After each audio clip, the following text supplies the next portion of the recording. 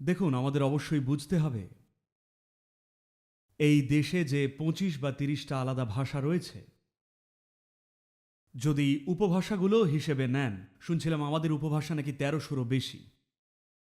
কিন্তু অন্তত ২৫ থেকে ৩০টা পূর্ণাঙ্গ ভাষা রয়েছে যার নিজস্ব লিপিও আছে। ভাষাগুলোর পেছনে সাহিত্য চর্চার দীর্ঘ ইতিহাস রয়েছে। একটা পূর্ণাঙ্গ ভাষা একদিনে তৈরি হয় না। পৃথিবীর সবচেয়ে প্রাচীন ভাষা হলো তামিল ভাষা। আপনারা এখন তামিলনাড়ুতেই। দেখুন, ভাষা হলো মানুষের বুদ্ধিমত্তার খুবই গুরুত্বপূর্ণ একটা অঙ্গ। বিশ্ব জুড়ে অনেক ভাষাবিদ পরিষ্কার স্বীকার করেছেন ভাষার শক্তি কতটা। মানুষের যে ভাষা ব্যবহার করার ক্ষমতা, তার মূল শেকড়টা রয়েছে ভারতেই। এইখান থেকেই বাকি পৃথিবী ভাষা ব্যবহার করার কৌশল বৃত্তান্ত শিখেছিল। প্রায় সমস্ত ভাষাই, যেগুলো মূলত যেমন ইউরোপ আর আরব অঞ্চলে যে ভাষা পাওয়া যায়, এদের সবার মধ্যেই সংস্কৃত ভাষার প্রভাব দেখা যায়। তো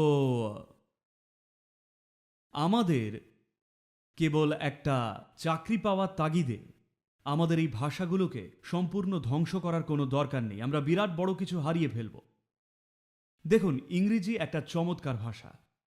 এর যে সারল্য তার নিরিখে ইংরেজি ভাষায় যেহেতু ইন্টারনেট এবং বুঝলেন তো, আধুনিক প্রযুক্তি যেহেতু ইংরেজিকেই ব্যবহার করে, তাই শেখাটা আবশ্যক।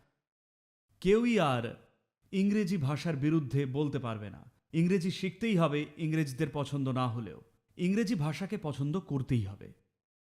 ইংরেজি এখন একরকম আমাদেরই ভাষা হয়ে গেছে।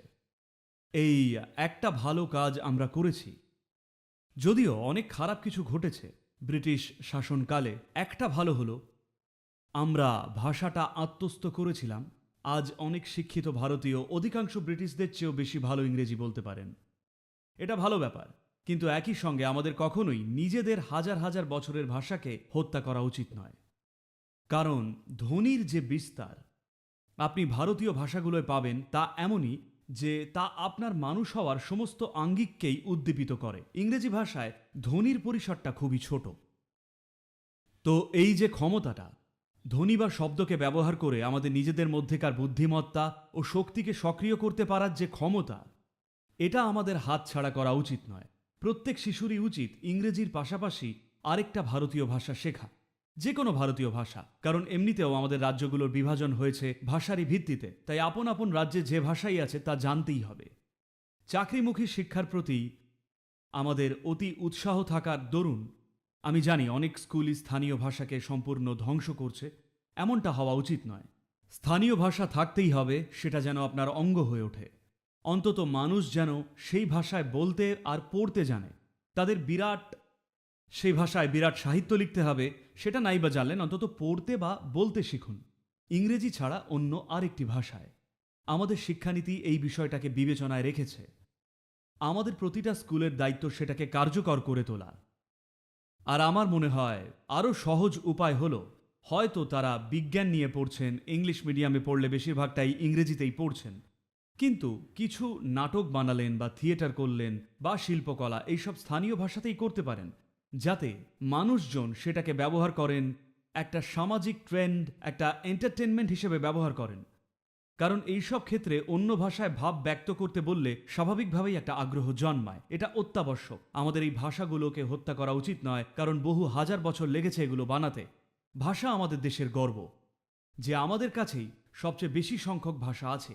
যদি এত ভাষা তৈরি করতে হয়, দেখুন, আমাদের অবশ্যই এটা বুঝতে হবে। এই যেমন ধরা যাক তামিলনাড়ু আর কর্ণাটক, তামিলনাড়ু আর অন্ধ্রপ্রদেশ, তামিলনাড়ু আর কেরালা, ওখানে কোনো ভৌগোলিক বিচ্ছেদ কিন্তু নেই। এই রাজ্যগুলোর মাঝে কোনো সমুদ্র নেই। মাঝে স্পষ্ট সীমারেখা টানছে এমন কোনো পর্বতমালা নেই যা ওই দুই জনগোষ্ঠীকে দীর্ঘকালের জন্য আলাদা রাখছে। অর্থাৎ তারা একসঙ্গে হাজার বছর ধরে থাকা সত্ত্বেও এরা নিজেদের ভাষা, ওরা ওদের ভাষা বজায় রেখেছে। ব্যাপারটা খুবই সুন্দর। যখন তারা ব্যবসা বাণিজ্য বা লেনদেন করতেন, তখন অন্যের ভাষাটা শিখে নিতেন, কিন্তু সবসময় নিজের ভাষাকে ঠিক রেখে। কিন্তু আজকে নতুন প্রজন্মরা অত্যন্ত দ্রুত নিজের ভাষাকে হারাচ্ছে।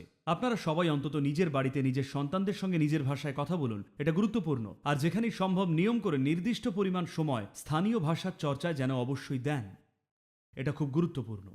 আমরা এই নিয়ে এখন যত্নবান না হলে আগামী কয়েক প্রজন্ম পর ভীষণ অনুশোচনা করব।